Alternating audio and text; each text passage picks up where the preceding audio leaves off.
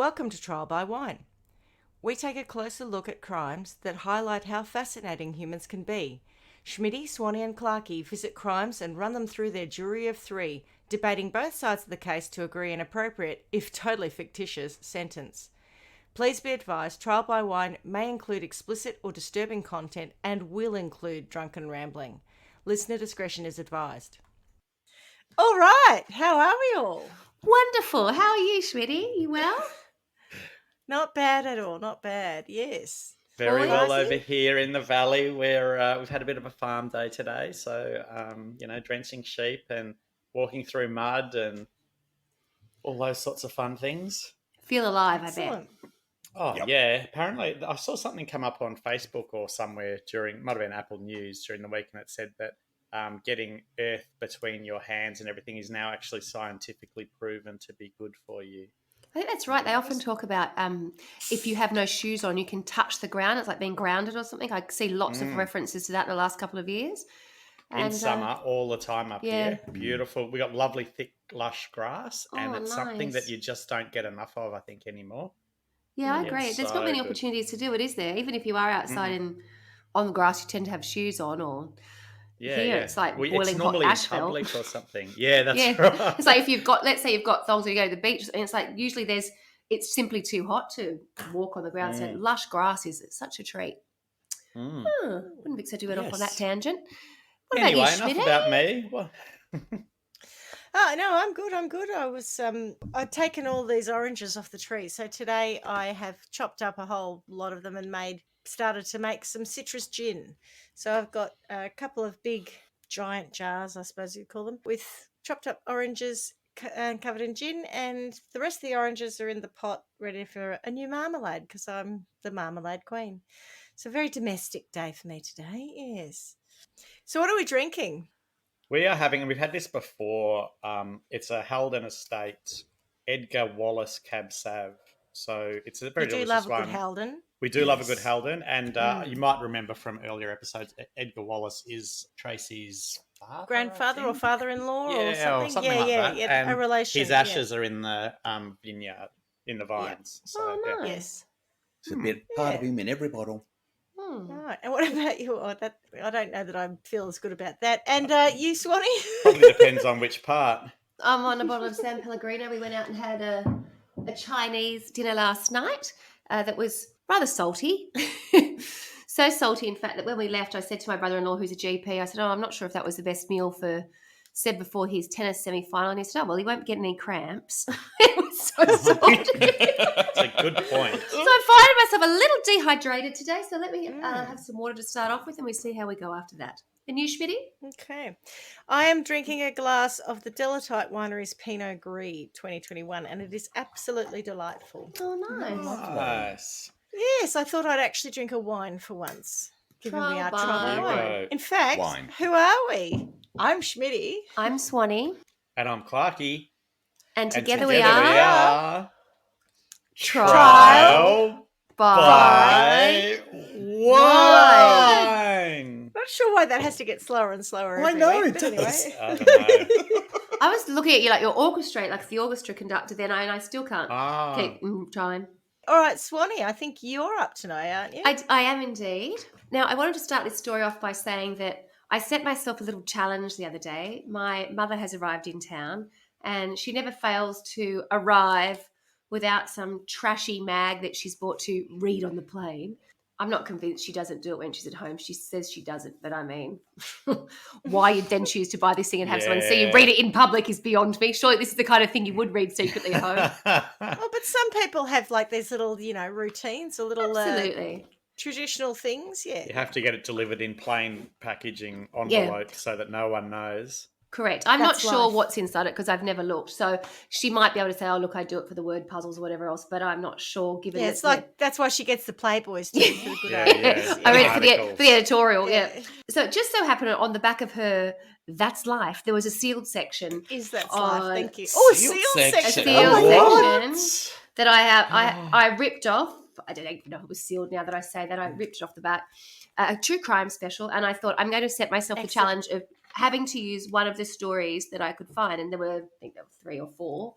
I'm kind of pretty pumped because every single one of the stories that I looked at, and particularly one, they were lifted directly from Wikipedia. So I feel pretty confident that Well done. if people are doing it in press, I'm not as bothered with some of the stuff I trot out here as my sources. So I have chosen one of the crimes, and of course I've got a list of sources. One of those is Wikipedia. That's where I know they got their article from because I don't even think they really bothered to edit it. So I've got my That's Life Crime Sup, Wikipedia, LA Mag, LA Times, Murderpedia, and Time Magazine. I like Metapedia. It's a good mix. It is. And to throw something else into the mix, I also started watching a film called Too Close to Home. 1997 was when it was made. There's another Too Close to Home. And it starred Judith Light and Ricky Schroeder. Oh, my Lord. Ricky Do we have any? Schroeder. Ricky Schroeder. Who was that little blonde-haired kid? Yeah. Correct. Yeah, this was a straight to TV, a daytime sort of movie. I have to admit, I didn't get past the first 20 minutes, but I wouldn't mind watching it because it was so bad. I was uncomfortable watching it in the first 20 minutes. But as I get onto the story, you'll understand why it would be uncomfortable to watch anyway. But I just had to say, because Judith Light, who I actually think is fabulous, and I've seen her in, I think it was The Politician that was on Netflix in the last couple of years. She was brilliant in that. Okay. So I think she's a brilliant actress. And Ricky Schroeder, I think I probably had the hots for. I just can't remember what he was in. Silver Spoons, does that ring any bells or something? Yes. That's it, yeah. That was it, yeah. He went to be on in NYPD Blue or one of those. Oh, too, you're I think. right. Yeah. You're right, yeah. Yeah, yeah. I've forgotten about that. Well, Look at this me must go have with been my pop must culture. have been between the two, I'm sure. I couldn't pick Judith Light out from a lineup of I 10 would. blokes and her. You I would. She wouldn't was know. in the one with the dad who had Alyssa Milano as the daughter. What's that called? Tony Romero. Tony Romero? Danza. Tony Danza, yeah. Danza, yeah. Yeah. Pull What's me it? closer, Tony Danza. Danza. What was the name of that is show? Who's the boss? Yes. Or Who's the Growing boss? Pains. I get those two Oh, mixed up. I think one it's- on after the Who's other. the boss? Who's the Who's boss? the But boss? who I was think she it been? was, Because she yeah. must. It was. She was the mum and he was the I housekeeper. still couldn't pick her out. Is of that the what it lineup. was? Oh, so Yeah. but the dad was. But was he the dad of Alyssa Milano? No. Yeah. No. it's- Oh, Isn't it yes, he was. He Yes, was. yes, yes, yes. Because she was only Yeah. young then. Like Yeah. She was a 13-year-old girl or something. Yeah. Who's the boss? Yeah, it's them. You talked about Ricky Schroeder, and I Yes. just kept thinking, I don't want to be a dickhead. I don't want to say it because I'm probably wrong. Have I but said I wrong? had little. Yeah. No, I had little Lord Fauntleroy in my head. It and I is thought, him, isn't no, it? no, I can't be right. It was. Yeah, Yes, yeah, I yeah. just had a look. I thought, I had that right. wow. Because he was a beautiful Like the child ori- actor. He was gorgeous. Yeah. 1980. The you know, original 1980. little... Yeah, right. Oh, I don't. Well, the 1981. Yeah, right. That's the one. Yeah. God, I and- wouldn't have thought he was born then. Yeah, I can't remember what it's about. Is that like a Princess and the Pauper type story, or Oh, probably who- not? Who Little knows? Lord Fauntleroy. Who I can't cares? remember. I used the term Anyway. a lot. Who do you think you are, Little Lord Fauntleroy? Yeah. But I don't actually. I don't think we've watched funny. it. I just. couldn't but tell I'm you the aware. story. Yeah. So they are my very highbrow sources. I did have a quick look on Lad Bible. It was giving me nothing. And to be honest, I couldn't find much elsewhere. But anyway, hopefully it'll give us a little bit of a giggle along the way. Shall I introduce you to Elizabeth Ann Duncan? Was born in Kansas City, Missouri in 1904. And we don't know anything about her young life at all. There's nothing that I can find. So I don't know if it was uneventful, but no one seemed to be that interested in it. And there was certainly nothing on record. Where we start to learn a little bit about her is when she becomes an adult. And I've seen her described as a bit of a drifter. And I think she just moved around a lot because she was a little bit of a bad lady. She had been married. She declared that she'd been married 10 to 12 times. Because, Oh my God. give or take two. There were two different Some of sources. us not even once. How rude. Correct. Yeah. But in actual fact, she had been married closer to 20 times. What? Wow. Yeah. How old was she? By this point, she was probably 50. And I'm guessing she didn't have a lavish wedding every time because that would have cost a fortune. oh. You're absolutely correct about that. She would basically get married as a scam to get money. And what she would do is she'd say to okay. these men that she needed to marry someone because she was about to come into money, but she needed to be married so that she would be able to receive the money. And I'm sure she did different scams, but that was basically how she operated most of the time. So she would just move around in these sham, she was obviously, it was bigamous because she was still married, I think probably to the first guy. I don't think she ever got divorced. So they were never legitimate. But in terms of this sort of scam that she was running, she was married close to 20 times, I think. And as I said, in court, she actually admitted to, I think 10 I read somewhere and 12 I read somewhere else. So give or take a couple of marriages. She was also arrested for operating a brothel in San Francisco and passing bad checks. Which is the more serious crime of those two? Well, to be honest, nothing compared to where she ends up going. This was just Yeah, right. her status quo. This is what I find really hard to believe is that's her background, but she was also a mum. Do you know what I mean? So she had a couple of kids. It's like, I don't know that I don't know. Marriage? I just, sometimes I look at things and I think, I can't get my act together and get through life, with 3 kids and no career, let alone be going, I'm running a brothel. I'm trying to find another husband. You kids don't know how hard it is to get through the day. It's like, that's busy, right? Yeah. Yeah. Elizabeth and Duncan had 2 children, and those children were a son called Frank and a daughter called Patricia. And sadly, Patricia died when she was just 15 years old. So it was very much the fact that Frank was totally the apple of her eye, and she had a very obsessive relationship. And just it never goes well with those mother-son obsessive relationships. Oh. Not real well. No. It's not a good start. So I have to sort of take you on a bit of a journey. So I've sort of given you the very teeny tiny background that I have on Elizabeth, which is clearly she'd been up to some hijinks.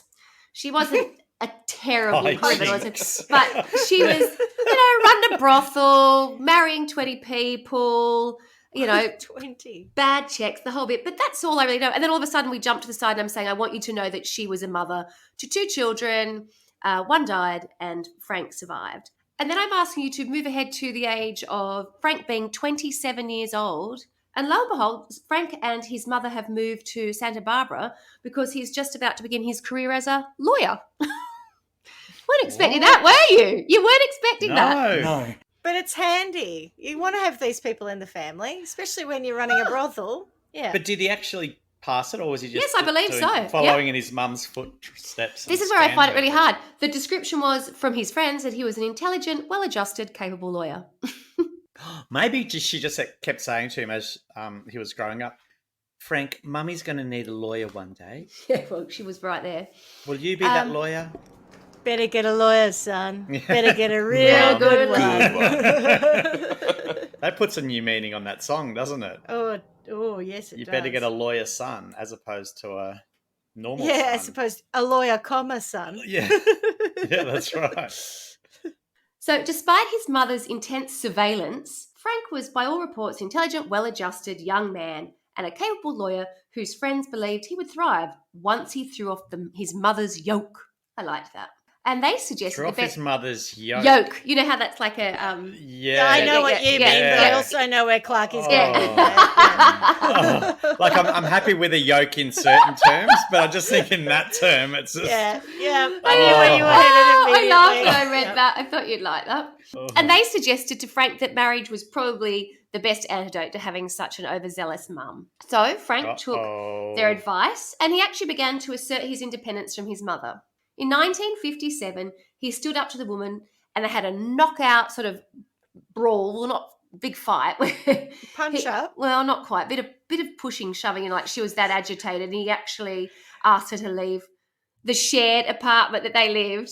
So he's basically said to her, right, you're out. Like, I can't do this. I think he really adored her. So it wasn't the case of him walking in and saying, I'm out. I think he would have done them softly, but I don't think that she could be reckoned with, and there was no sense to be had. So I think it's why it escalated so much. So she leaves in a bit of a rage, but to take revenge, Elizabeth took an overdose of sleeping pills in a suicide attempt. Unsuccessful, she was taken to a local hospital where she had her stomach pumped and was there to recover. And herein lies the tragedy, because this is where it all goes a bit wrong for everybody involved with Elizabeth Duncan. If she hadn't have done that, this story would be very different. During her convalescence, she was treated by a pretty 29-year-old nurse named Olga, and I think it's pronounced Kupzik. You'll know, Schmitty, if I tell you if it's spelled. It's spelled K-U-P and then C-Z-Y-K. Kupchik. Okay, that's Kupchik, Olga yeah. Kupchik. Okay, so she had this lovely Olga Kupchik, who I read somewhere else had not long arrived from Canada. So Frank was visiting his mother for the first time after she'd awoken from the coma that she was in, and then he obviously took note of the lovely nurse, and then he started spending as much time with Olga as he was with Elizabeth. And Mummy didn't fail to notice that.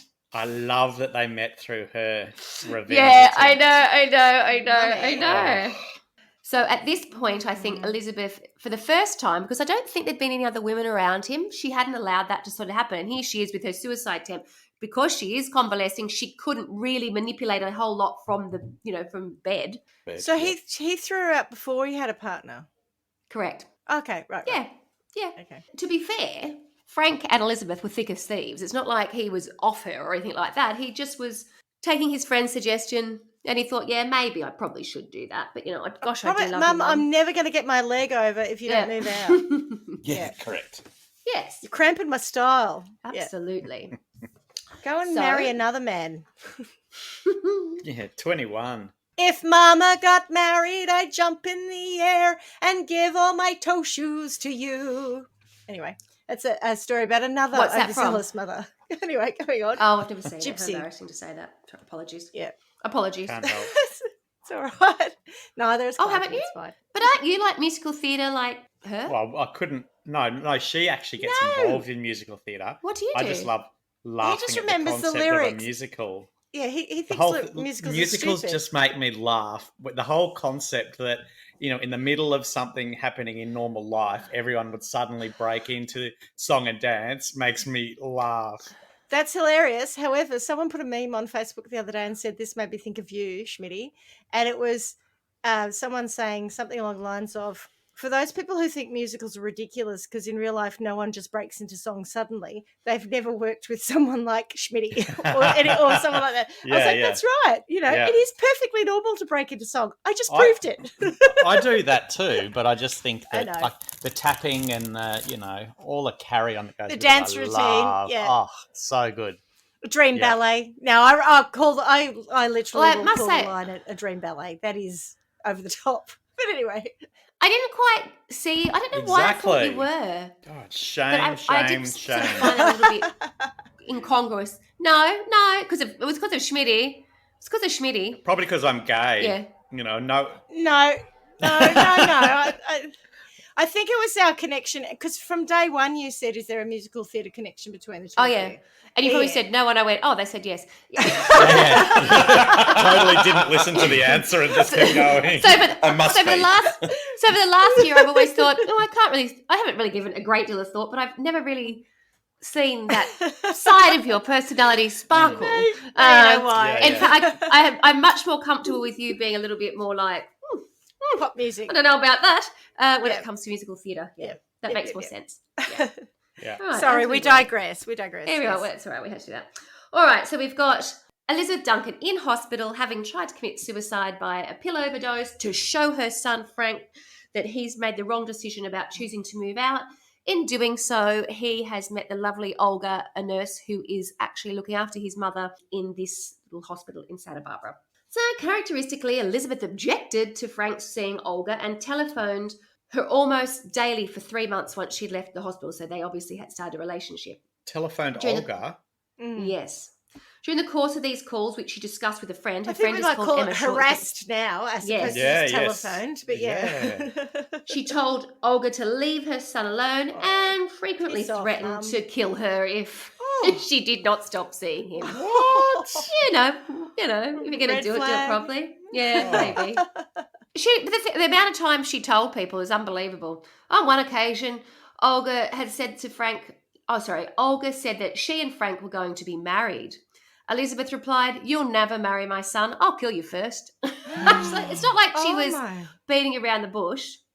To her doctor, Elizabeth repeated the threat in a more oblique way. "Frank will never leave me," she said. "He would never dare to get married." Because I'm However, a fucking psycho. Mm-hmm. Frank and Olga were secretly married on June 20 in 1958. That So he got the- from his mum. So at the end of 1957 was when the overdose happened. So now we've gone into middle of the year 58. When Elizabeth learned of the marriage, she declared that she would not allow them to live together. Not quite ready to cut the cord completely, Frank stayed at his mother's home until the end of June, visiting Olga in her apartment. That's just encouraging it. I did. Well, I it's had just another trying to source. I wonder if keep I her can find quiet, it quickly, keep her where happy. it said that the night of their Honeymoon? marriage. All right, They yeah. went away Oh, for one yes. night. Oh, the newlyweds checked into a Santa Barbara motel for their wedding night, but he had to be home for 1:30. And I mean, it's just What? yeah. And how old is he at this point? 30-something? 20, 27, so probably 28 or something. Yeah. A grown man, though. 100% grown man. Yeah. The thing I find a bit confusing about that was he wouldn't have told her, remember, that he was getting married because it was done secretly. So that was also probably part of having to get home to cover the fact that he just got married. Yep. Why did they get married in secret, do you wonder? She's Why pregnant. did they get married at all? Correct. Mhm. Olga is pregnant. Ooh. Scared. Juicy. Yes. At this point, there is a series of events that start to happen where they call her Ma Graham, but Elizabeth Graham. Elizabeth Graham starts to reach out to anybody who'll listen to her to get help in trying to knock Olga off. Oh, my Lord. Oh, totally.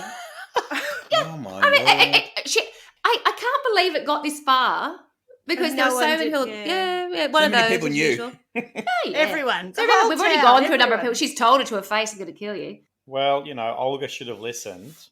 Yeah. In the middle of July 1958, Elizabeth told her friend Victim Barbara blame Reed, much? whom she'd known for several years. She's not a victim yet. No, I'm not psychic, but I Oh, kind me of neither, feel clearly. It feels like where something's going on. I feel it Then in I'll- my waters. I'll apologise should it come true. Oh. Elizabeth tells her friend Barbara Reed that Olga had become pregnant by another man and was trying to frame Frank. Oh, God. She offered Mrs. Reed $1,500 to assist her in killing Olga. Mrs. Reed replied that she would think the matter over, and later she And then informed... rang the police? No, she actually told Frank. This is important. Oh, She told Frank, brilliant. the lawyer's son, right? And later she informed Frank of the proposal his mother had made to her. Shortly thereafter, Frank moved back home. Well, he might have been frightened because his mum's unhinged. No. Yeah, but he is a lawyer. So he moves back to the house. Oh. Frightened for but his he's- unborn child No, as well. no, But he's also Barbara. been he's very close to his mother and he's very If committed he to told his mother. Olga, what do you think Olga would say? I'll just Oh, go move back in with her. Like, Yeah. come on, mate. You've No, it's not moved really on. going to answer. Yeah, Let all right. go. Cut that cord. Oh gosh, this is where it gets quite interesting. If that was interesting enough. In the early part of August, Elizabeth arranged with an ex-convict, Ralph Winterstein, to assist her in carrying out a fraudulent plan for the annulment of the marriage between Olga and Frank. See, I'm all right. What? Well, not that I'm all right with that, but I would have thought you'd start there. You wouldn't go straight to death threats and trying to Yeah, find someone to correct. kill her. The annulment, getting, poisoning the pool to make Frank want to divorce her. There are things. There are steps. There are other You channels. should that one leap would- straight ahead, yes. Yeah. It What's feels like the a big grounds for jump. the Yeah. annulment? That I'll she's tell made you. up that the baby isn't Frank's? Mhm. No, not at all. She pretends to be Olga, and the ex-convict pretends to be Frank, Oh, my lord. no. and it worked. After a brief, What?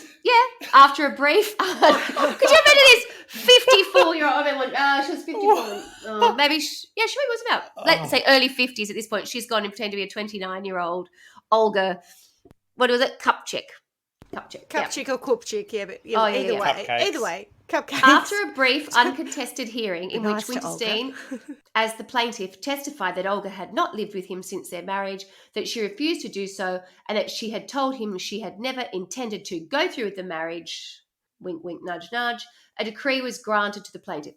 Elizabeth later persuaded to propose to Mr. Winterstein, so he's the ex-con who had played Frank, Right. to, I've got my quotation marks, take care of Olga. Winterstein God. refused, but did not report the incident because he was afraid of getting into trouble as a result of being involved in the fraudulent annulment. Okay. Yeah. Who So are when you these said people? proposed to, I was so confused because I Oh, thought you sorry, meant I should have said that. proposed Yeah. to get Get married. married. And I was like, Get married. hang on a minute, it was No, just no. an old Where are we one going? married. What? Hang on. No. That took No, a turn. he maybe Right. suggested, I don't know again. Yeah. suggested No, that he'd take care of. Yes, my As mistake. you finished, I thought, oh no, Yeah, I I know, understand yeah. it now. But I was still going, hang on, why is she getting him to marry this other woman? Damn What? that English language. What is going on here? Okay. Gets us every time. So she's managed to annul the marriage. I don't know if anyone's aware of that. There's no suggestion that Frank knows or anything. I don't know that she told him. I can't find any follow-up to that. It sort of leaps ahead now to the middle of August, where what's happening is Frank is moving Olga around because she's not safe. So in the middle of August, Elizabeth discovers we're going to Olga the safe was living. house. We're going to the next safe house. Quick, It's really pack healthy your shit. relationship. A really healthy relationship. Nothing toxic here. Yeah. Yeah. So Elizabeth discovers where Olga has been moved to, and she gains admittance. You know how they always have like the super or whatever else allows her in for some reason, and she's looking to see if Frank's clothes are there. That's what she wants to see, if there's whether he's residing with her or whether he's been there. But what's important is when she This woman leaves, needs to be sectioned at this point. She's quite insane, isn't she? She says to the manager of the apartment block, she is not going to have him. I will kill her if it is the last thing I do. Oh, and So again, another just person get a she's billboard. told- Get a fucking billboard I'm gonna up, kill right? her. I'm going to kill 3 Olga. billboards outside Ebbing or whatever it is. Whatever the Yeah, name of that 3 is. billboards. Ebbing. Yeah, Ebbing. Or 3 Ebbing, what was billboards the state? outside Missouri. Yeah. Something like that. But can you move your Arnott's biscuits away from the microphone? Yeah, Savaloy, whatever they're No. called. No. Move your Savaloy away from the... It was a good joke, but all I heard was rustle, rustle, rustle, rustle. Now, before we go any further and sort of get into the crime, because we're obviously about to hit that, I wanted to read to you a paragraph from the Times, Times magazine. This was published in 1959, so obviously just after the crime that's about to be committed was committed. But I just love the language, and I just want to read sort of the opening paragraph because it's it's just of the time. So this is what was the article that was published about Elizabeth. Pity the girl who marries Frank Duncan, clacked the gossips around the Santa Barbara, California courthouse. The owl-eyed lawyer was arrogant and humorless, lisped so noticeably that teasing court clerks called him a wicked wascal wabbit behind his back. Oh, Poor But Frank. that was the lesser half of it. Frank, at 29, was a mama's boy. Matronly, smartly dressed Elizabeth Duncan, separated from her husband when Frank was a child, held her hand's son in court, applauded him when he won a case, tongue-lashed the district attorney when he lost. So tight was the noose that once, when Frank threatened to leave home, his mother took a heavy dose of sleeping pills and was carried off to a Santa Barbara's cottage hospital. Why are you love blaming that. Frank, but why are we picking on Wow. poor Frank? He was a mama's boy. Yeah. I love that she was carried off to the hospital. But I love it. They teased him and they called him a wicked wascal wabbit. He must have had a wisp. Don't you just think it sounds like when they probably didn't do it justice, but like when they're doing like the newsreels? Yeah. Pity the girl who marries Frank Duncan. That's the opening sentence. I love it. Please tell me that the crime is that Olga found out about all the threats and decided to get in first. Not quite. Not quite. Elizabeth's got a few more people to ask yet. She's still getting around town. Knocking on Getting doors. around town. Absolutely. Now you do. This is a little. It gets. I wouldn't quite say confusing, but there's a couple of new people introduced here in her attempts to try and find someone to do the job. Elizabeth told another woman, Diana Romero, whose husband Rudolph was one of Frank's clients. That's Rudolph important. Romero. Yep. Yep. That Was he Olga. friends with, what was his name? Ricky Ricardo. No. Ricardo, yes. Oh, you're Ricky Ricardo. Yeah. Was he friends with Okay, Ricky then. Ricardo? Old Rudolph Ramirez?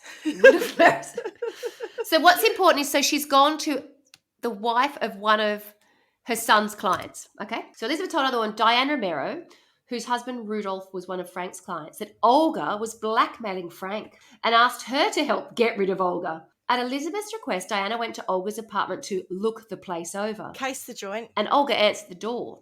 Diana Romero recognized her, Olga, as a nurse who had cared for her several years earlier. Oh, right. And she left after a short visit. Thereafter, Elizabeth offered Rudolph Romero money to get rid of Olga, and he refused. So at that point, they're not interested.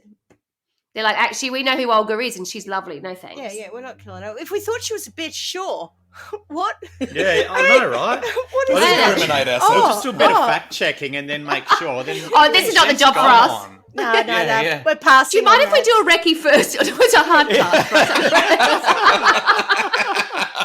Oh, look, very kind of you to offer it, to ask us, what's it called when we put a tender in for this job? Yeah, I was going to say we can't do it, but we can pass you on to some other subcontractors who might be interested. Exactly. Oh my goodness! Oh my God, this is ridiculous. What a den of thieves and lowlifes this place is. Yeah. Where'd she go to next? Let's have a look. She went through her son's files and found another Oh. person that he once She just, defended. honestly, I swear to God, she just asked anyone she happened to run into. During the time that she was seeking the assistance of the Romeros, Elizabeth met Rebecca Diaz, in whose house the Romeros lived. What? Elizabeth, so they lived with her. I don't know why. Elizabeth said that Olga was threatening her and demanding money, and she asked Diaz to help her find a man to get her out of town. Diaz Wink, agreed. nudge, nudge, wink, wink. Yeah. Diaz agreed to notify Elizabeth if she found anyone.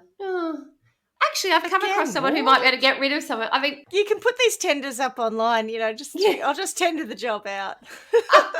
Just post bills around town. I know, it's so I'll tell you, professional. Look, I'll let you know if I billboard come across anybody. Interested? Contact this number. Yes. Hitman wanted.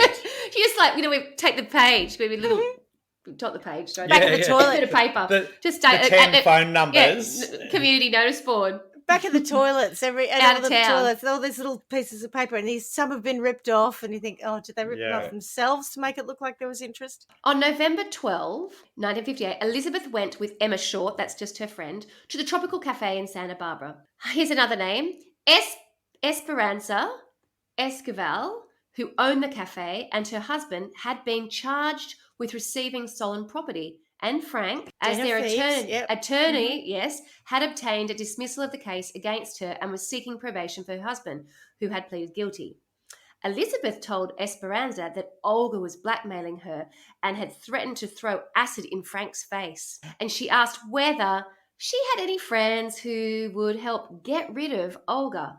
Oh, poor Olga. Esperanza replied that there were some boys, but she did not know whether they would want to talk to Elizabeth. You know the expression, my ears are burning, and people say, oh, when your ears are burning, people are talking about you. Poor Olga must have thought she had I know. a major health issue. Her ears must have been on fire. Her hair would have been singed. She would totally have a mullet because of all the so- singeing of her hair above her ears. One of these idiots goes to the police and says, look, I know I'm a crim, but there's a woman around here scouting for a hitman, But Anyway. it's the connection to the son and the being the lawyer that I just find that I had. I find tell it you, all she to went put through together. his files. Although, as they said in the Times paragraph, She went- that you read she out, went to she went all to the all court the court cases. cases, and she held That's a true. I stand haven't and really she- gone yeah, into yeah. that. It'll come out later. So But she would she know, did. Every day she went to court and watched him in court every Yeah, day. and then hung out with all. So those she knew crims, everybody, yeah. all the clients, all the wins, every loss, where Correct, everyone was yeah. situated in their And who relationship owed for him. Frank, who owed him, who didn't. Correct. That's Yeah, very yeah, important. Yeah. Yeah, yeah. You're right, sweetie. Yeah. So that's where we're at the moment. So she's totally leveraging her She's understanding evil. of all the She's so relationships with Frank evil. and the cases that had gone through and who he'd represented. So the next day, Elizabeth, accompanied with them by Emma Short, they returned to the Tropical Cafe where she was introduced to Louise Moya, 21, and 26-year-old Gus Baldonado. Elizabeth told the men that her son was being blackmailed by Olga and said that she wanted to get rid of her. They discussed how much this would be worth to Elizabeth and agreed that she would pay $3,000 when the job was done, That's a and lot at the $3,000 within the Mm. next 6 months. The next So 3 to 6 6 months. grand. Yes. That's a lot of money at the time. Gotcha. A lot of money. Yeah. I love this. In the cafe, the quartet considered several plans and finally decided that Moya and Baldonado would kidnap Olga, take her across the border, and kill her in Tijuana. Why Moya is said that, that- funny to you? Out of interest. I just said that they're having a chat. It's like, oh, what could we do? What could we do? Let's break it in a Brainstorm cafe. The first time they've ever met. Like, I mean, it's like, what could we do? Thoughts? Mhm. Anyone? What would you suggest, Clarky? Mm. A gringo Anything? dying in Tijuana makes sense. Yeah. Who's gonna care? No, Who's I gonna don't know suggest what. that? I don't even get the fact that you can be that brazen about Yeah, going yeah. around talking about killing someone and actually find someone who will do it before you get called out Before for someone doing it. says, Yeah. hang on a minute. Yeah, Like- exactly. I don't think you should do that. No, Elizabeth, that's wrong. Not even that. I'm going to go and talk to somebody about the fact that she's running around saying this and offering money. Exactly. because Exactly. No one She calls will Who else tell has he someone one told? day. Shit things happen when shit people stand back and do nothing. Yep. Yep. There's a bit of that going on. Time and time again. Big deep breath. And I'm going to have to apologise for my victim shaming my pre-victim Earlier. shaming. Yeah. Yeah. I It's know. going to happen, all right. isn't it? Anyway, so then they start negotiating. Lewis and what's Baldonado Gus? Is it? I've forgotten his name already. Yes, start saying, "Oh, look, we'll need a bit of this. We'll need a bit of extra money for this to get started." You could just call him contact number 12. You know, Yeah. at this point, contact 25. At this point, she's talked to so many people about it. Yeah, that's right. So We'll need petrol money to get to Tijuana. That's true. That's exactly. They want money for transportation, a weapon, and gloves. They're not asking for a lot. Yeah, Gloves, very specific. Gloves. They're so Gaffer broke. tape. Yeah, we're so broke we can't even pay for the gloves. You'll have to pitch in for those as well. What sort of gloves? Elizabeth left for a while and on her return went to the kitchen and with Moya where she paid him $175 she had obtained by pawning some rings. "I think they are going to do it," she told Emma as they drove home. She was right. Oh, So the two poor. young or youngish men that have turned And up poor have both Frank. had done time. I'll just give Moya was a petty thug. That's Lewis. I don't know if it's Lewis. It would be Lewis. Lewis Moya was a petty thug who had a bad record. From the age of 11, he'd been a frequent drug user. At 12, he was frequenting houses of prostitution. Past offence included theft, burglary, possession, smuggling of narcotics, and stabbing a person with a knife. He'd served several terms in jail. Just not a great career guy, criminal, basically. Yeah, Career exactly. criminal, yeah. He was not a good guy. Mm-hmm. Which is probably why he accepted the job. So on the evening of November 17, 1958, they rented a car for $25. If anyone's doing the math on how much they've already borrowed and what they've got left for weapens and gloves. And gloves. Did they have that in their expense account, or did they have to take that out? Oh, of the, she asked for the ledger, first like 3,000. Oh, the petty cash. They've got a petty cash in there working from with a little. I just want receipts. Receipt. That's all. Just give me tax invoices and I'll be fine. Look, you got petty cash. I want receipts, please. They had to go and get MYOB so that they could draw up the invoices and make it all kosher. Exactly.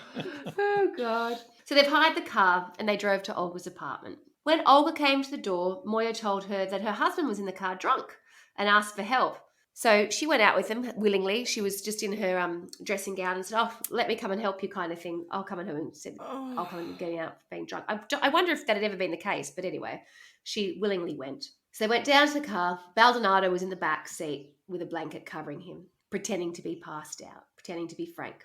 When Olga opened the rear door, Moya hit her on the back of the head with the pistol and Baldonado pulled her into the car. On the way out of Santa Barbara, they drove to the beach where they stopped because Olga was screaming and struggling. While Baldonado held her, Moya struck her on the head with a borrowed, do you say .22 caliber pistol? Yeah, point Yeah. attack. Yeah. Knocking her unconscious and breaking the handle of the gun. Oh my god. Does that seem like... I know. Yeah. She's I don't know if got they one got- strong head. I know. Or they've got one Or it weak was gun. a really shit gun. Yeah. Yeah. She might have been a bit old. It does seem a bit strange, doesn't it? Anyway, Baldonado tied her up with tape and they continued on out of town. A short time later, they had trouble with the car. What's a hire vehicle? Yeah. Oh, and instead of following their original plan of going to Mexico, they drove into the mountains near Ojai in Ventura County. They dragged Olga out of the car and down the side of a hill to a culvert that ran under the road. Because it had been used as a kosh, I don't know what that means. Anybody else? The pistol was damaged so that it could not be fired. Oh, to smack her over the head. They Yeah. used as a Oh, is that called a kosh? Yeah, yeah, yeah. Ah, I didn't understand that right. That makes sense. Here we go. Waiting for the, of course, Schmitty'd know that moment. Ah, of course. Oh, well, I'm See, sorry we missed that. You've totally been groomed to know that now you need to call yourself out for when you've said too much. As we you do. said before, English language. I just happen to know what kosh means, but okay. Yeah. Mm-hmm.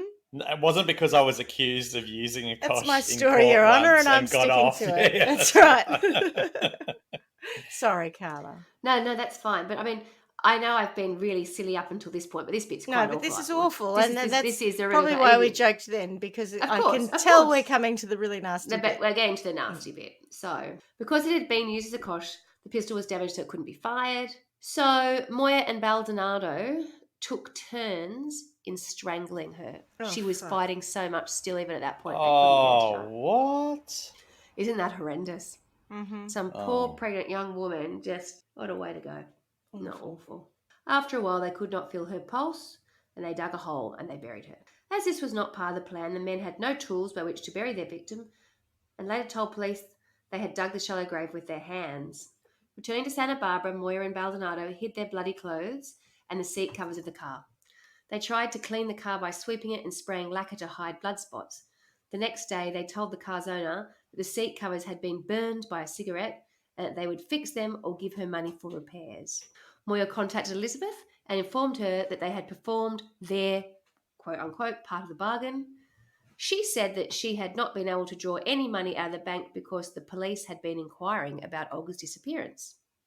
And then they said, but we need more money because we've got to replace the car seat covers because, Yeah. Yeah. yeah, we can't afford that. Elizabeth cashed a cheque which Frank had given her to pay for a typewriter, Oh. and she met Moya by appointment in a downtown store in Santa Barbara where she handed him an envelope containing $150. Later, at Elizabeth's request, Elizabeth Short left an envelope for Moya with a cashier of a restaurant. The envelope, which was addressed to Dorothy, contained $10. Oh, for What? fuck's sake. Where's the 3,000? Where that we were you talking about Yeah. installments And then and then paying 3,000. it by saying it was for his aunt. Did she say, oh, look, I'm sorry, guys, you just have to put me on a payment plan? Yeah, 'Cause I just $10 can't a afford week it. for 300 weeks. Exactly. And then I'll start paying off the second part. I don't know why she bothered with the $10. You know what I mean? Like, what? I hate her. This is important. So while she was making payments to the two killers, Elizabeth was questioned by Frank about the check he had given her to pay for a typewriter, and she told him she was being blackmailed. Suspicious and grief-stricken, Frank informed the police and said that he was afraid his mother was involved in Olga's disappearance and was being blackmailed for some reason. Go, Frank. Go investigate her. The investigation which followed resulted in the arrest of Moya and Baldonado. Olga's body was disinterred on December 21, and the pathologist found that Olga had been pregnant and that her death was caused by head wounds, strangulation, or suffocation, such as would be produced by being buried alive. Oh, no. Oh, what? Oh no. They took turns and they still horrendous. couldn't do it. They And still they took their couldn't do pulse it. and Oh, Yeah, God. yeah. So at the same time that was happening, from Olga's perspective, Olga's friends had reported her missing. So Olga's hospital friends reported her mysteriously missing. Frank had been no help, which really shits me, frankly. Oh, I think And we got the sense of the Wascally Wabbit being Yeah. a bit useless, Mama's frankly. boy, yeah. Mama's boy being useless anyway, yeah, unfortunately. Yeah. But it was at that point when they started having a look, that was when they turned up the phony annulment. And with help from the FBI, they were able to follow the trail that led them to Baldestein and Moya. So that's how they actually came about them, was because it was Right. the false annulment that sort of started things moving. Once Moya's arrested, he asked to see a minister, and Reverend Floyd K. Gressett came to the jail in response to the call from the police officer. Moya testified that he talked to Reverend Gressett, he got on his knees and for the first time in his life asked God to forgive him. Reverend Gressett decided that God Moya was said sincere no. and was ready to confess to God and man. Immediately thereafter, Moya confessed to law enforcement officers that he murdered Olga. He testified that he believed he'd been forgiven, that his religious feeling had increased, and that he was sorry he had killed Olga. Oh, he'll get off, won't he? Better A not. psychiatrist, Dr. Harvey, testified that Moya was a psychopathic personality who profits neither from experience nor punishment, was a constant danger to society, and was capable of murder right now. Dr. Harvey said that a sincere religious belief is a good start toward rehabilitation, but that the period of time during which Moya held such belief was too short to permit a determination as to the validity of his conversion. Nice Good on, nice work. itself. People More very of rarely him. say that. Yeah. I know, that's why. How very sensical. Wow, I thought There you finding go. God was a ticket out of jail, but there you go. So did Dr. Moya. Harvey. Wrong. Yeah. Ba-bow. That's a no from me, said Dr. Harvey. What happens at this point is Mother Duncan, or Elizabeth Duncan, is arrested for her role in the annulment. And so whilst she's actually being held in jail for that, she is led from her cell and charged, along with Baldonado and Moya, with murder. She denies the whole thing, Of course she does. called the whole thing a frame to hurt her Frank. Of course she does, yeah. At which time, Frank had hidden himself under an assumed name in a Hollywood apartment until cops tracked him down. Then he scarcely grieved over his dead wife and unborn child, but he was shocked and shaken by his mother's plight. Said he, What? I could never recall Mother doing anything cruel. She would have to be insane to be linked into it. Well, she is. But also, Frank, you've just, you're dead to me. Lost it. Lost everything. See, I didn't like it when he moved back in with his mum while he was married to Olga, and right there, I had some sympathy for him being sort of the meat and sandwich and, having a overzealous mother, but no, gone now. Yeah. Now, Now?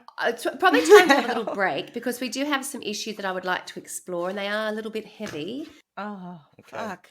We've already done Buried Alive. Jesus. No, we've done what? Buried Alive, but we can talk about the court case. But basically, she believes it's right. But what I'd like to explore is something called the Jocasta Complex. Anyone ever heard of that? Oh, yes, No, Jocasta. of Yes, course yes, you yes. have. Yeah, oh, okay, so After the break.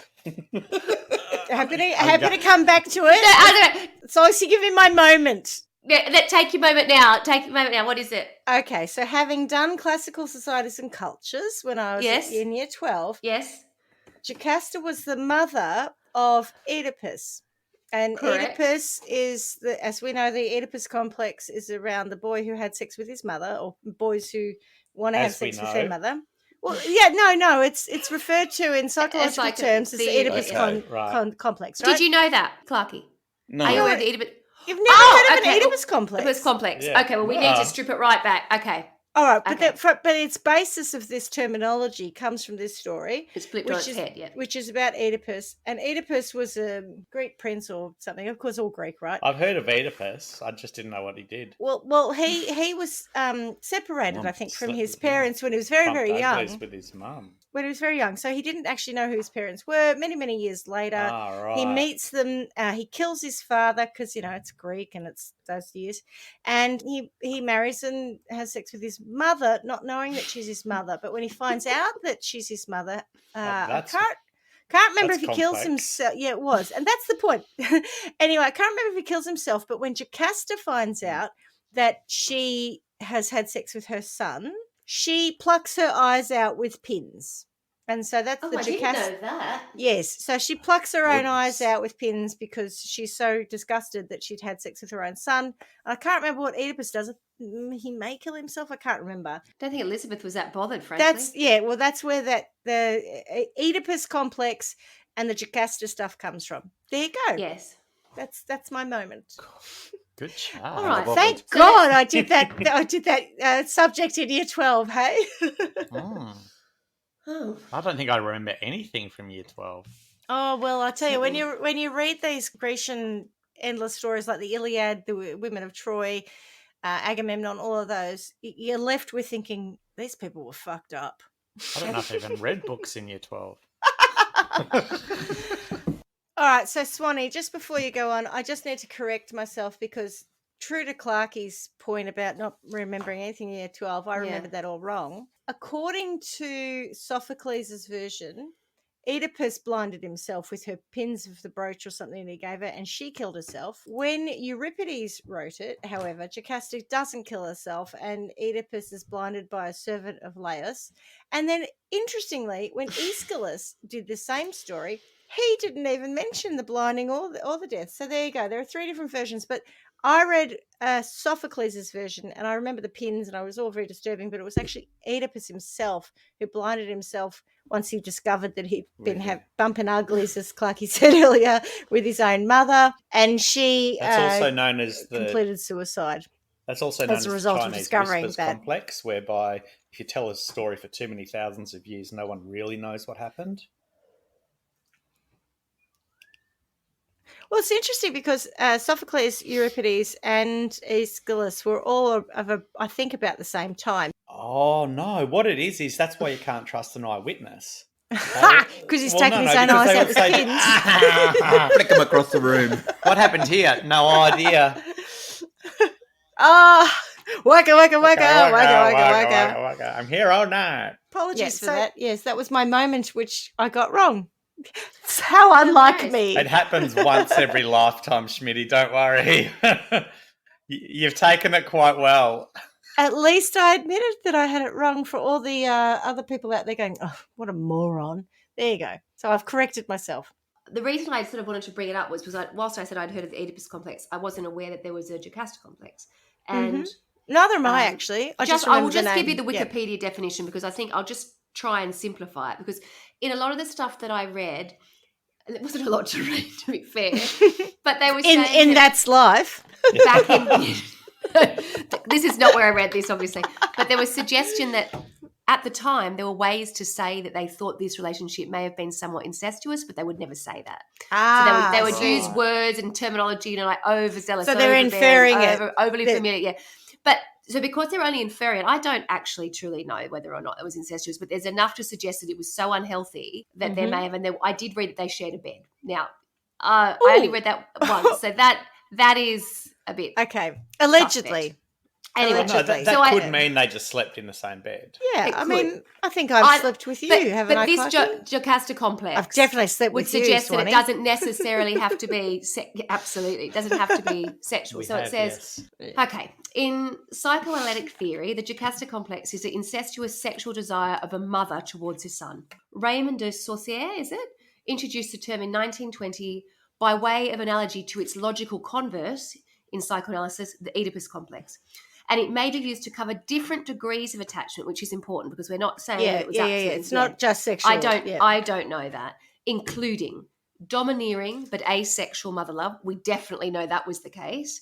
Something perhaps particularly prevalent with an absent father. Well, he only had 20 other dads or whatever. So, definitely they were a thing. It's very Norman Batesy, this. Yeah. Did you want me to tell you what the origins were? I think you've kind of covered it. But just to simplify it, was the Jocasta Complex is named for Jocasta, a Greek queen. Actually, I'm not going to bother. Just to simplify it. Are you suggesting that my way of telling the story wasn't simple enough? Anyway, that's why I wanted to introduce that, because when they go to court, or of course then it's gone to court that everyone comes out swinging like, oh, I found it really uncomfortable they did this and the way she spoke about him was like this. So there's a couple of quotes that I can give. Come out at the end when poor old Olga's been buried alive. Yeah, good one. A lot of it wasn't the stuff. It wasn't the people coming out saying, "Oh my God, I'm going to kill her." It was more a case of going, "Oh, she said this," and I went, the mum. She was making me feel uncomfortable about the way she talked about Frank. But it is telling that Frank, as you say, went back to live with her. It's telling that Frank on the night of their wedding had to be home by 1:30. Frank was more concerned, even when Olga went missing. Frank was more concerned about his mother. Yeah, totally. You're right. There are a lot of signals that Frank's relationship with his mother was frankly toxic. Did you see what I did there? Frankly, oh my God, you're good. So it wasn't Elizabethly toxic, so it must have been frankly toxic. That's right. Okay. The trial began in February 24, 1959. And Duncan, who is Elizabeth Duncan, testified that Moya and Baldonado attempted to blackmail her, refuting the accounts of every witness called by the prosecution, including Moya and Baldonado. But she never lies. She's the matriarch. Her attorneys then presented the theory that Olga was the victim of a ransom plot. The jury took 4 hours and 51 minutes to find her guilty on March 6, 1959. 4 hours and 51 minutes. Not long. She was sentenced to death 4 days later. Frank, Bert M. Henson, and 2 other attorneys represented her in her appeals process. Conflict of interest much? Frank represented his mum? Yeah. No. In a murder trial against his wife. That can't be right. What could go wrong? I hope he was sentenced to death too. If he wasn't, he will be. Sentenced to being struck off as a lawyer, at least. Yeah. Yeah, at least. Debarred. No. Nothing to see here. After all this, he continues to be a lawyer. Yeah, it's bizarre. I don't get that. Henson, the other lawyer, was appointed by trial judge Charles Blackstock to represent Baldonado and Moya. Governor Pat Brown, an opponent of capital punishment, ultimately allowed the executions to proceed. Normally I don't like it, but in this case... right up until bit like you, Clarky. Looks good. Right up until minutes before her execution, Frank Duncan, fought to save his mother's life. So I've got some little quotes here. There are just little things that people had to say about her during the trial. I saw her every day for 5 weeks. I transported her to court and afterward to Camarillo State Hospital for her psychiatric examination. She liked to talk about her son, Frank. She was in love with him. If she couldn't have him, no one else was going to. That was Mary Fogarty of the Santa Paula County Sheriff's Department. Somebody else wrote, she was a fussy old gal with an eye for the men, said Forgery, now 85. One day going to court, she sees this deputy, Ruben Zavala, and she grabs my arm and says, he can put his shoes under my bed anytime. Another day they bought 7 of Unfucking hinged, this woman. Yeah, okay. Another day they brought 7 of her 8 husbands into court, and she leaned. That's hilarious. It's like an outing from the home. Yeah. A percentage of the 22 came along, or the Yeah. 20. But you know what was okay. also really awful was under oath she actually said she had 4 children, not 2. Oh, So I don't know what, God. I don't know why she bothered saying that under oath, but she probably did have other kids. Who knows? What did she say about the husbands? Oh, that's right. Another day they brought 7 of her 8 husbands into court, and she leaned over to me and smiled. That one, she said, he was the best. God, really?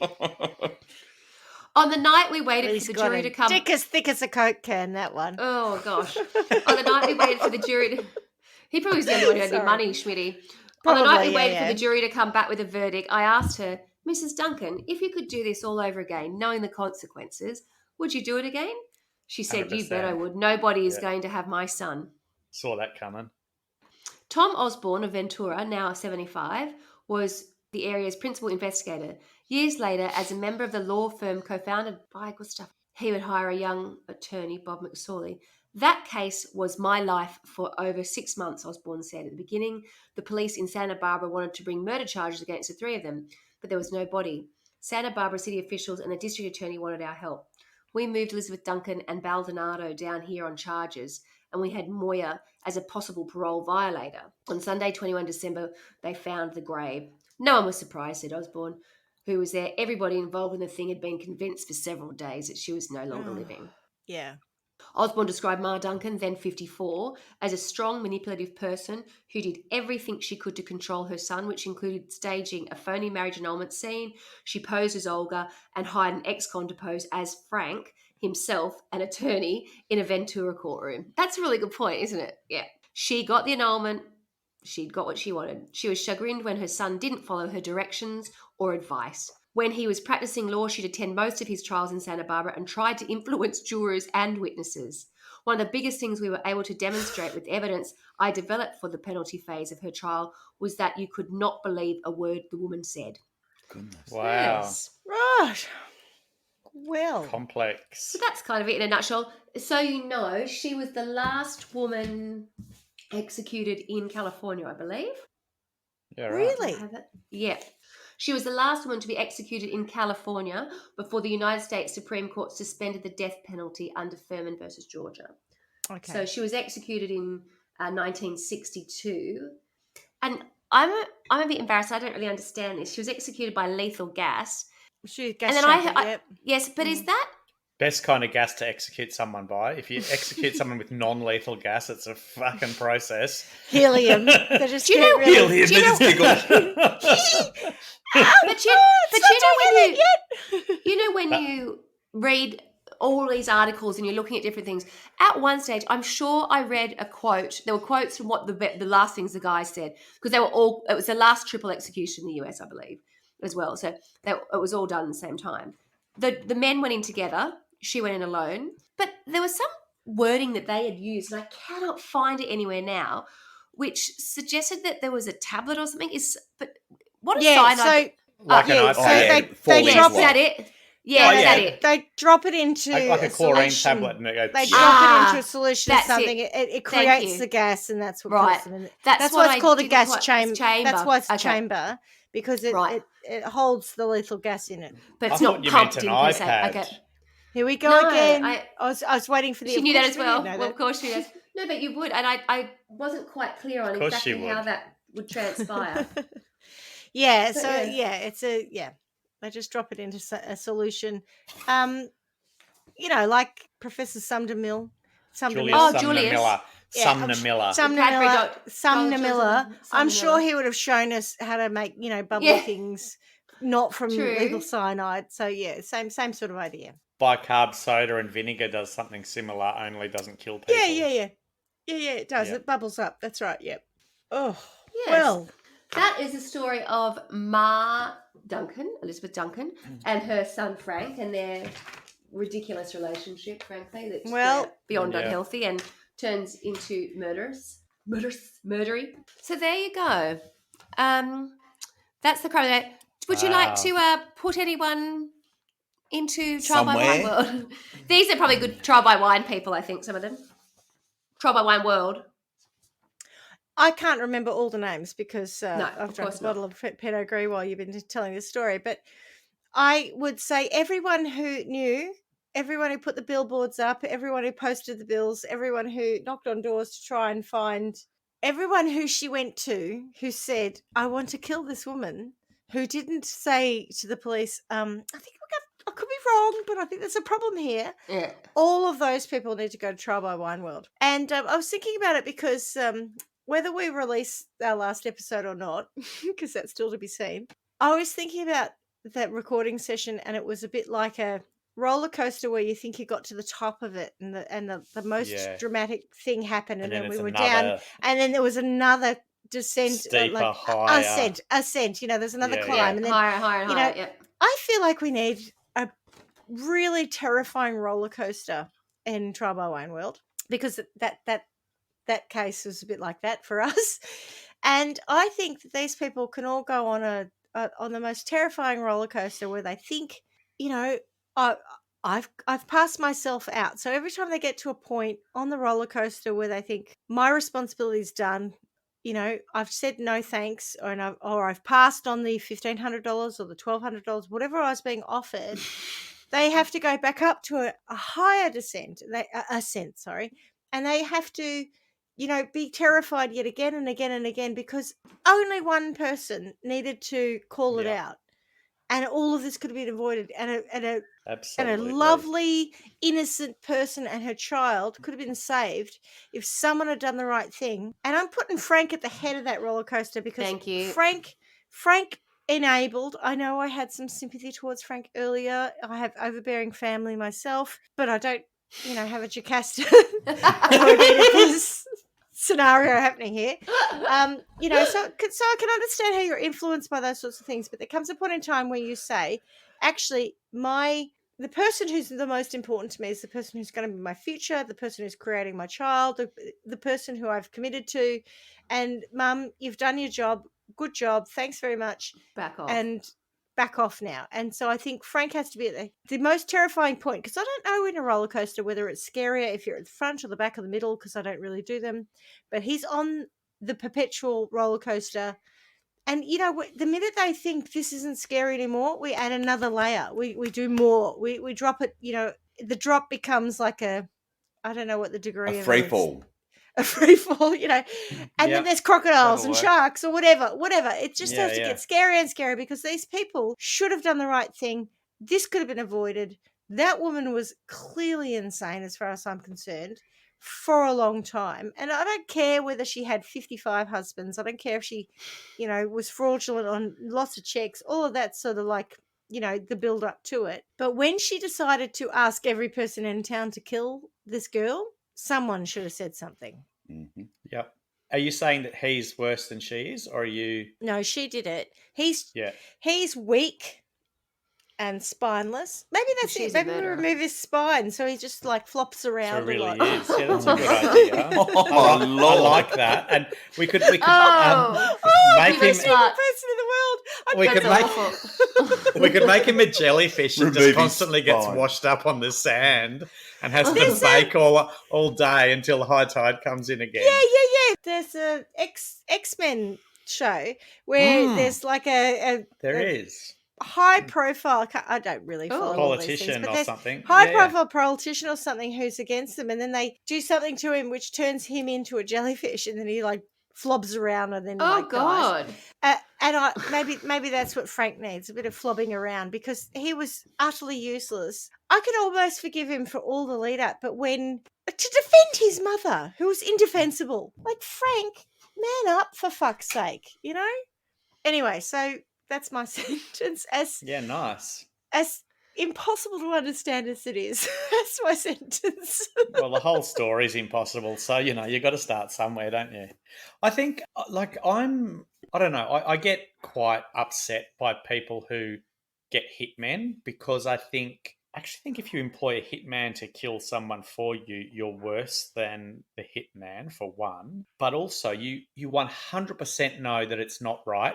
You know that you couldn't do it, but also you're more than happy to just make someone else do your dirty work. And I think, given that that murder's not right, given you shouldn't be doing that sort of stuff, find another way to get back at the person who's wronged you if they have. Poor Olga hadn't wronged anybody, but I just have a real problem with people paying hitmen. And so I'm actually glad that she got an equal sentence to the hitman. I would have liked, I think in some ways she should get a worse one, but she didn't, and that's it's not that's much worse okay. than the death penalty in in Trouble One World, yes, but I was in going the to realms say, in the realms of what was that's right. available to the courts at the time, Yes, you couldn't. But do there much are worse, other yeah. no, but there are other instances where the person who has paid the hitman hasn't got Gets a lighter sentence. sentence, Or correct. Does, and and gets I away have a with it, fundamental problem with that. Whereas, at least that happened. As far as their relationship goes, they could have, Frank and Elizabeth could have just gone and lived in a house somewhere and not bothered anyone with their ridiculous, horrible fucking love for each other. I don't know what that would be like. I don't care what that would be like, but I also know that nobody else has to die as a result of it. So, they are both shit people, because how on earth could he marry Olga and do what he did? I think, to your point, Schmitty, that is just a shit act. Moving back in with his mum for all of the stuff that she did showed to me that he didn't really love Olga and always loved his mum.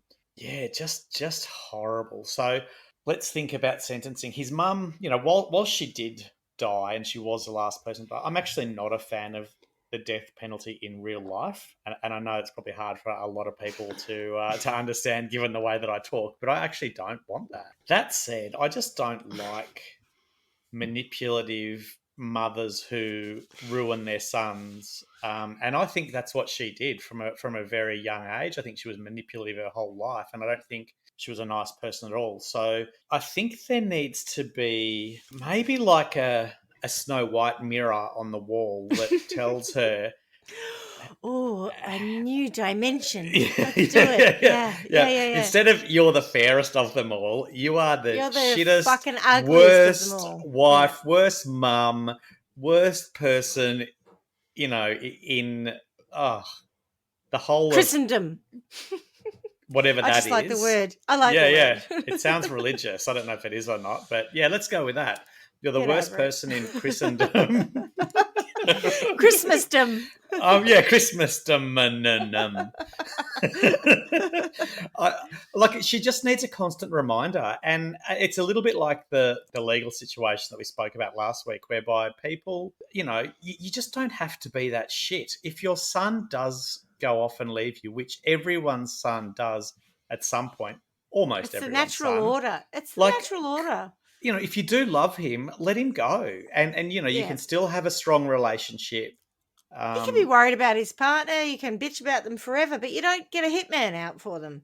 Correct. But there also needs to be an element of pain, which, could be that to stand back in our wheelhouse. I tell you, I said it earlier quietly, but we're back in our wheelhouse, aren't we? It's a little bit like that. But I think she just needs to be standing on, they used to do those beds where you slept on nails kind of thing. Nails. I feel like... Yeah. She needs to be standing on nails every time she looks in the mirror. And when she wants to get off the nails, there is actually nowhere to go. So she's stuck in front of the mirror that insults her and the painful feet that she's going to have for the rest of eternity, because I just don't like her. And don't pretend that because you're a mother, you can treat your son like that. You can't.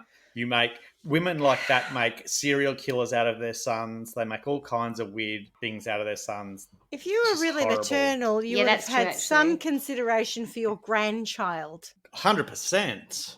But she made up a story that he wasn't even the father. This is how she made it up. Horrible she is. She's diabolical. 100%. Yes. I just think we need to call those mums out who make horrible. We're calling you mums out, you children. bad mums. Yeah, you naughty mums. Okay. Swanny, naughty mother. Okay, so what Yeah. I was thinking is, I think the waters get muddied around Duncan because Frank is a lawyer. Because what happens is we're taken on a journey in terms of her background and we're thinking, she's just dodgy, right? She's basically a career criminal. herself. She is. Yeah. Correct. Yeah, Okay. yeah, And then all of a sudden we absolutely. get to this juncture in the story where we go, okay, and her son's a lawyer, and you're like, attorney, and you're sort of like, hang on a tick. I want Somehow there's a respectability that's introduced. correct. And then you're like, well, if she was able to get him to a point where he was able to do that, all of a sudden the story doesn't take the typical path it would, because all of a sudden there's a new junction. We're like, oh, it takes us on a different direction. I wasn't expecting that. But the reality is her behavior and everything she continues to do throughout the entire story is still criminal. She doesn't have any, there's no Absolutely. part where she sorts her shit out or she starts to do the right thing ever. She's always doing the wrong thing. She killed her grandchild. Yes. That's Starts absolutely out right. bad and gets progressively worse. Absolutely. And we just, the only thing for us is the audience, as it were, is the lens changes slightly with this sort of respectable bit that comes in. And then we start to go, oh, well, how does that all work if he can do this? And she couldn't have been that bad, surely. But actually she was. And everything she did from start to end in terms of all of the marriages and whatever else, she just thinks there's no consequence to anything she does. I never felt that she couldn't be that bad. Yeah.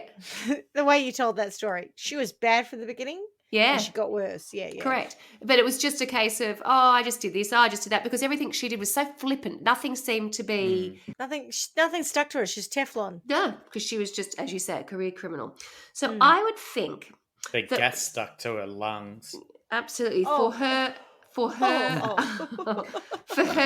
punishment, I would like to take her to Trial by Wine World. And what I'd like to introduce there is a room where she can see out, but they can't see in, but she's looking out and they don't know that she's in there. And all she sees is Frank. And I will get onto Frank's punishment separately, but a version of Frank married to Olga and with their beautiful grandchild having the most beautiful life, where he is totally having no backward glance, no reference to her. It's like she never existed.